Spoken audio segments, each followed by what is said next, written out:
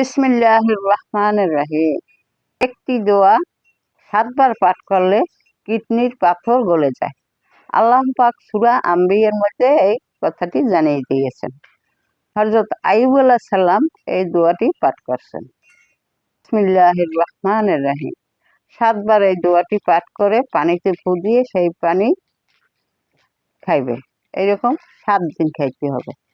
দোয়াটি হলো রব্বি আন্নি মাসানিয়াদ-দুরু আনতার হামুর রাহিমিন। রব্বি আন্নি মাসানিয়াদ-দুরু আনতার হামুর রাহিমিন। রব্বি আন্নি মাসানিয়াদ-দুরু আনতার হামুর রাহিমিন। ৭ বার এই দোয়াটি পড়িয়া পানিতে ফু দিয়ে খাইবে। আল্লাহর রহমতে সমস্ত রোগ থেকে আল্লাহ মুক্ত করে দেবেন। কিডনির পাথর পর্যন্ত গলে যাবে। সুবহানাল্লাহ। দোয়াটি ভালো লাগলে আল্লাহর রহমত চ্যানেলটির পাশে সবাই থাকবেন। চ্যানেলটি সাবস্ক্রাইব করবেন, লাইক করবেন। ধন্যবাদ সবাইকে।